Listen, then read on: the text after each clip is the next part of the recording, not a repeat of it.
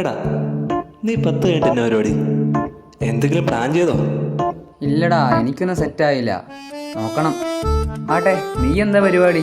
എടാ ഞാനോ? എടാ ഞാൻ അച്ഛനാവാൻ പോയ കൊള്ളാലോ എന്നാലോചിക്കുന്നുണ്ട്. അതിന് നിനക്കെവിടുന്നാ പെണ്ണ്? എടാ ആ അച്ഛനല്ല, പള്ളിയിലച്ഛൻ. ആഹാ, അടിപൊളി. പക്ഷെ എങ്ങനെയാടാ ഈ പള്ളിയിലച്ഛനാവുന്നത്? അയ്യേ, നിനക്കതറിയില്ലേ? എടാ, അതിനെ നമ്മൾ ആദ്യം സെമിനാരിയിൽ ചേരണം. ഓ എടാ, അതെല്ലാവർക്കും അറിയാം. പിന്നെ സെമിനാരിൽ ചേർന്നിട്ട് പിന്നെ എങ്ങനെയാ? എൻ്റെ പൊന്നടാ, സെമിനാരിയിൽ ഫുൾ ടൈം പ്രാർത്ഥനയും പഠിത്തമൊക്കെയാണോ കേട്ടെ.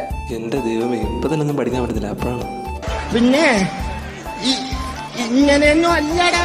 പിന്നെ പിള്ളേരുടെ ഈ സെമിനാരി ജീവിതം എന്നൊക്കെ പറഞ്ഞുകൊണ്ടല്ലോ, അത് അനുഭവിച്ചാൽ അത് മനസ്സിലാവുള്ളൂ അതിൻ്റെ വൈബ്. അല്ല, ഇപ്പോൾ എല്ലാ ജീവിതവും അങ്ങനെയൊക്കെയാണ്, എന്നാൽ ഇത് ഭയങ്കര സംഭവമാണ്. പിന്നെ നിങ്ങൾക്ക് കേൾക്കാൻ വേണ്ടിയിട്ടാണ് ഞാൻ ചുമ്മാ പറയാം സംഭവം എന്നാണ്. ഈ അച്ഛനാവാൻ ആഗ്രഹമുള്ള പിള്ളേരൊക്കെ ആദ്യം തന്നെ ചേരുന്നത് മൈനർ സെമിനാരിലാണ്. മൈനർ സെമിനാരിലെന്ന് പറഞ്ഞാൽ ഒരു 3 വർഷം നീണ്ടു നിൽക്കുന്ന കോഴ്സ് അവിടെയുള്ള. മിക്കവാറും 10ാം ക്ലാസ്സൊക്കെ കഴിയുമ്പോഴാണല്ലോ നമ്മൾ സെമിനാരി ചേരുന്നത്. അങ്ങനെ അല്ലാത്തവരും ഉണ്ട് കേട്ടോ. സാധാരണ 10ാം ക്ലാസ് കഴിഞ്ഞാൽ അപ്പോൾ നമ്മളവിടെ +1 +2 ഒക്കെ മൈനർ സെമിനാരിൽ വെച്ചാൽ പഠിക്കുന്നത്. പിന്നെ മൈനർ സെമിനാരിലെന്ന് പറഞ്ഞാൽ ഒരു ഭയങ്കര വൈബാണ്. അവിടെ എല്ലാം ഉണ്ട്. കളി, ചിരി, പ്രാർത്ഥന, പഠനം, കൃഷി എന്ന് വേണ്ട എല്ലാം.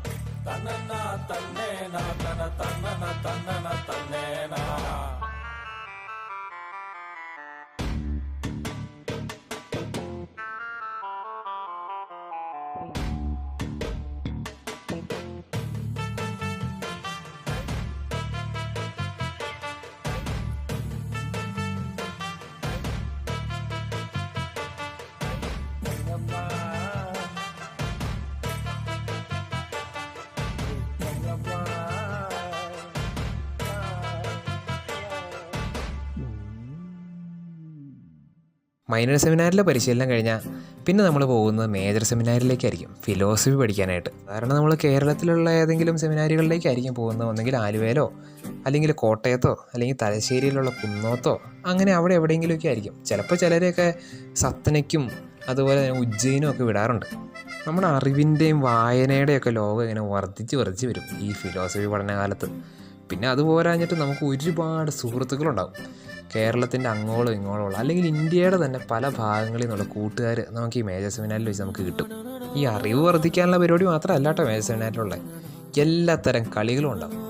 വോളിബോളും ബാസ്ക്കറ്റ് ബോളും ഫുട്ബോളും ക്രിക്കറ്റും ബാഡ്മിൻ്റനും അങ്ങനെയെല്ലാം. ഇതൊക്കെ സെറ്റപ്പ് എന്നാന്ന് വെച്ചാൽ ഇതിനെല്ലാത്തിനും നമുക്ക് കോച്ചിങ് ഉണ്ടാകും.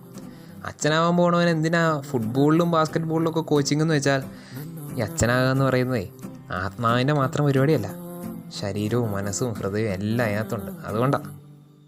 ഫിലോസഫി പഠനം കഴിഞ്ഞാൽ പിന്നെ 1 വർഷം നമ്മൾ റീജൻസി എന്ന് പറഞ്ഞ പരിപാടിയാണ്. രൂപതയിലെ പല സ്ഥാപനങ്ങളും ഇടവകളൊക്കെ കൂടുതൽ മനസ്സിലാക്കാനും അടുത്തറിയാനും ഒക്കെ പറ്റുന്ന ഒരു സമയം.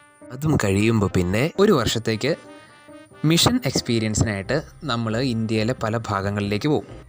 അവിടുത്തെ മിഷൻ പ്രവർത്തനങ്ങളൊക്കെ കഴിഞ്ഞതിന് ശേഷം നമ്മൾ തിയോളജി പഠിക്കാനായിട്ട് വീണ്ടും മേജർ സെമിനാരിലേക്ക് പോകും. തിയോളജി പഠനം 3.5 വർഷക്കാലമുണ്ട്. അടിച്ചു പൊളിച്ച് ഈശോയുടെ കൂടെ നമ്മൾ തിയോളജി പഠിക്കുന്നു. അതിനുശേഷം പരിശീലനം പൂർത്തിയാക്കി അച്ഛന്മാരാകുന്നു.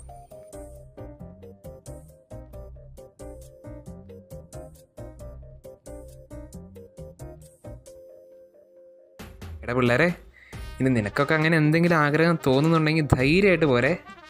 കാരണം അങ്ങനെ എന്തെങ്കിലും ആഗ്രഹങ്ങൾ നിങ്ങൾക്ക് തോന്നുന്നുണ്ടെങ്കിൽ അത് നിങ്ങളുടെ ഉള്ളിൽ തരുന്ന ഈശോയായിരിക്കും, വേറെ ആരും ആയിരിക്കത്തില്ല, അത് ഈശോയായിരിക്കും.